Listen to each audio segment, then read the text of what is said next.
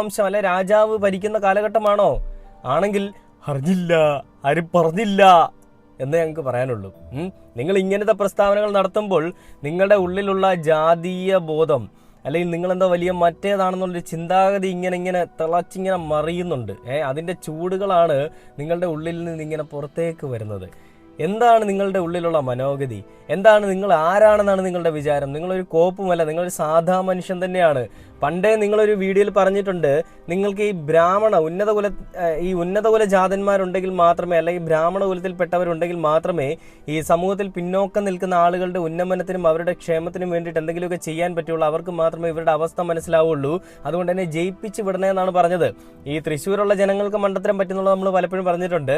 ഈ തൃശ്ശൂർ എന്നുകൊണ്ട് മാത്രം, ജനങ്ങളെ വിശ്വസിച്ചുകൊണ്ട് മാത്രം ജയിക്കാൻ പറ്റില്ല എന്നുള്ളത് മനസ്സിലായപ്പോൾ സുരേഷ് ഗോപി കുറച്ച് കള്ളവോട്ടൊക്കെ അങ്ങോട്ട് എടുത്ത് അങ്ങനെ വോട്ട് മുക്കി അങ്ങോട്ട് ജയിച്ചു. അപ്പോൾ വോട്ട് ചോരിയിൽ കൂടി കോൺഗ്രസിന്റെ അധ്യക്ഷൻ അല്ലെ കോൺഗ്രസ്